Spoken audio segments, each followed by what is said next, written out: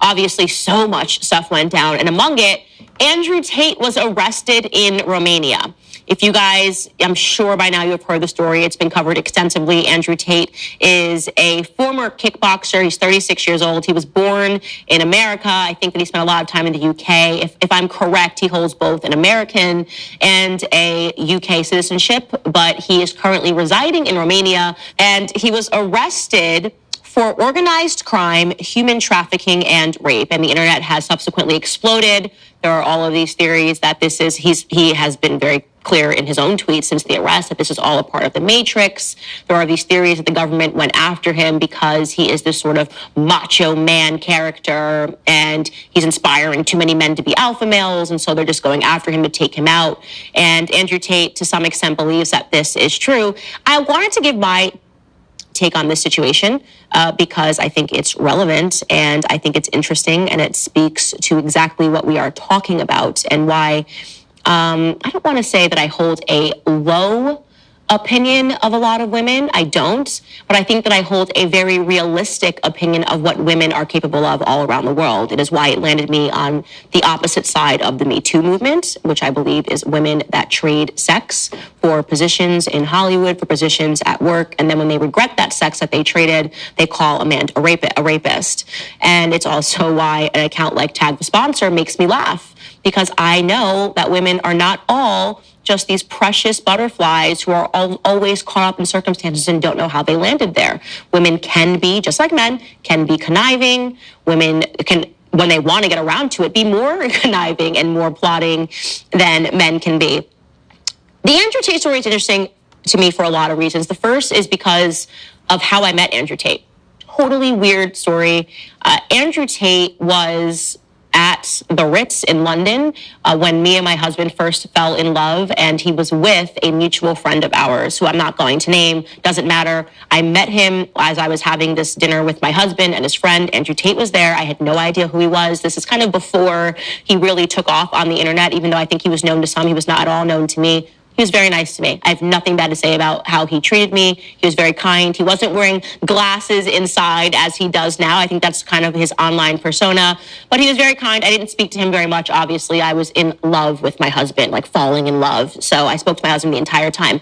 But, and here's a very interesting but, I had my assistant at the time with me who happened to be Romanian.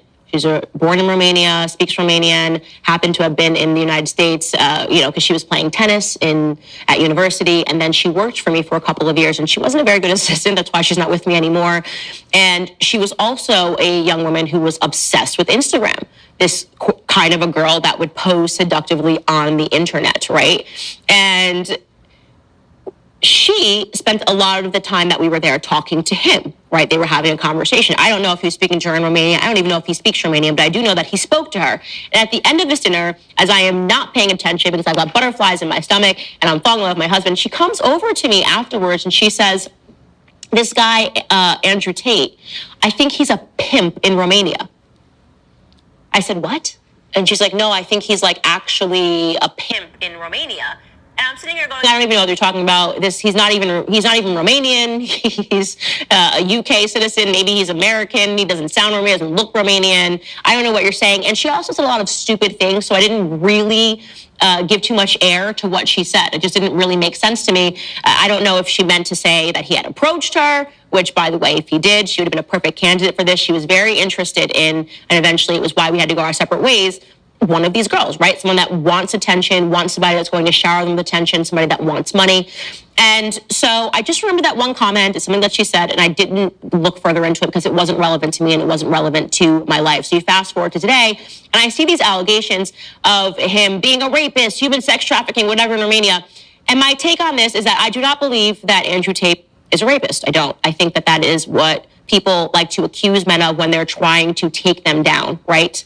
Do I believe that Andrew Tate is exactly what he tells us that he is in his videos when he talks about women and he says that he thinks that women should be subservient to men, and that in his relationships, he says that he has tons of children, and that he says that in his relationships, he expects to be the more dominant one. I'm paraphrasing here, but Andrew Tate is not hiding exactly who Andrew Tate is, and always has been. And clearly he communicated exactly what it was and whatever it was that he does in Romania to my assistant, giving her the option. Maybe she wants to join. For all I know, maybe in Romania, which may be perhaps the reason he moved to Romania, whatever he was doing, being a modern Hugh Hefner, is legal.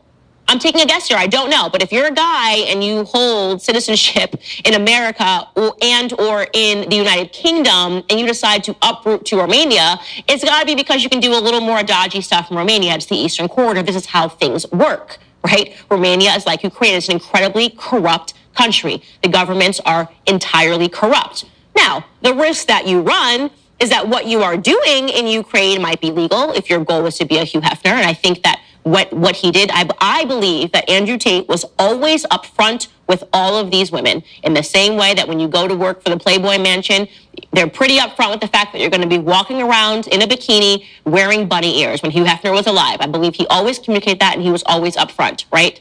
But when you decide to do that in Romania, the risk that you run is that it's Romania. And any day when the government realizes that you have money in Romania, if you are flashing your wealth on the internet in the capacity that Andrew Tate flashes wealth on the internet, the government will make up charges to seize your wealth. And that is exactly what is happening to Andrew Tate right now. He is having his cars seized. He is having his money seized. I think they've taken over his compound, I read. There's no reason for them to do this if they're trying to discover whether or not he was a part of a human sex trafficking ring, if they're trying to discover whether or not he raped anybody. There would be absolutely no reason for them to seize his cars. It's not relevant until at least the conclusion, right, of the investigation. It's absolutely not relevant. But it's Romania. The Romanian government is corrupt. The Romanian government has to do what the Romanian government does, right? These are the Zelenskys of the world, people in that region. They steal from people, and that is the truth. What I found interesting is that because the media does hate Andrew Tate, and they have hated him long before any of this became public, they hate him again because he describes himself as an anti-feminist. He tells women that they should be beautiful. He tells men that they should be more dominant. And the internet and the media does not like that. They keep revealing private conversations that Andrew Tate has had with women. I guess that's supposed to be the media's form of evidentiary support to the idea that he's a rapist. And what ran in an article last night was a transcript of a woman basically saying that she didn't want to get a tattoo. Allegedly, all of the girls that Andrew Tate is with, they have a tattoo of his name on their body. And she says, no, I want to keep my body pure. And he's like, well, I'm paraphrasing here. If you're going to be with me, your body belongs to me and you need to get this tattoo. I do not find that to be evidence that he is a rapist, and we need to stop being so sloppy when we say that people are rapists, and we need to accept the fact that there are a lot of women that have this fetish. There are women that like to be dominated over. I had a person that I was friends with at university who was in my class, and we became friends because I was so shocked at the stories that she would tell me about her 3 different boyfriends that she managed, unbeknownst to all of them. And she was very into kinky stuff. She liked the idea of men being dominant over her. It was all of the BDSM stuff. She was into it. She liked to have those conversations when he would tell her what he was going to do with her, or when he would tell her to shut up. This was a part of her sexual kink, right? And people do not want to believe that there are women that are into this. There are. And I have to believe, because of how public of a figure that Andrew Tate has been, because of how honest he has been about his expectations in relationships and in his views of the women that he is with, or what he would do in a scenario if he was dating a girl that did this or that, that the women that were messaging Andrew Tate, engaging in conversations with Andrew Tate on the internet, on Instagram, via direct messaging, knew what they were getting into. And I feel that is important to say, because I am so sick of this idea that we should always accept that in every situation, a woman is a victim. I'm not empowered by that. I don't find that to be empowering, right? The Me Too movement to me disempowered women because it said women never know what they're doing. They just are always little flowers and men take advantage. The truth is that women take advantage too. And the easiest thing for women to sell to get what they want is sex, right? This is what Tag the Sponsor proves. I want to be rich, I want to have money, and I don't want to work, so I'm going to sell sex. I have no talent, and I want to be an actress, so I'm going to sell sex. There's even an element of this, by the way, when you start hearing stories about how Harry and Meghan got together. We spoke about this yesterday when he talks about how he showed up at her hotel in London, Soho House, and as soon as he opened the door, she threw herself on him and got naked. Yeah, because Meghan wanted to get with the prince. You know, she was kind of like, this is my last shot in life. I'm 40 years old, almost 40 years old. I'm going to get with this prince and make him love me. I'm going to have sex with him, premarital sex with him, because that's what I want to do. And clearly it worked, right? Sex is a power that women have. Being beautiful is a power. Being aesthetic, being feminine is a power that women have. And women tend to wield that power heavily throughout society. And so I want to be very clear that I do not agree with Andrew Tate's lifestyle. Not whatsoever. Not as a Christian person do I agree with Andrew Tate's lifestyle. But two things can be true at once. You can disagree with Andrew Tate's lifestyle while also acknowledging that the women that involved themselves with him, right, the women that are now angry and turning their backs and saying, well, you know, I felt that I thought I was going to be with him forever. I thought I was going to be the only one, while also acknowledging that they also contributed themselves to this. They did this intentionally. They knew what they were getting into. Perhaps it was for money. Perhaps it was for fame. It likely was for a certain lifestyle that he provided. But that is what you call an exchange. So there's going to be a lot more to the story. I'm sure more things are going to be revealed as we go along. Thus far, I have not been surprised by anything that I have seen. But, you know, we'll keep covering the story and we will see where it ends.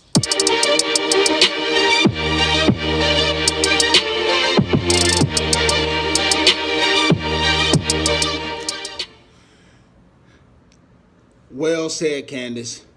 As always. I mean, look, guys. We know exactly what this is. Do I believe Andrew raped anyone? No. Do I agree with everything Andrew Tate says? No. But pay attention. Pay attention, right? He first of all told us this was going to happen. And secondly, the women know what they get when they deal with Andrew. So the question must be is, why is he being taken to trial over this? Why is he in jail? I think he's been released since then, but why? That's scary, right? That's scary that could just happen to you from speaking. Something to think about, guys, but appreciate you guys for watching this video with me, guys. Tell me what you want me to react to next. It's your boy Ron, Trigger Reactions. See you in the next video. Peace.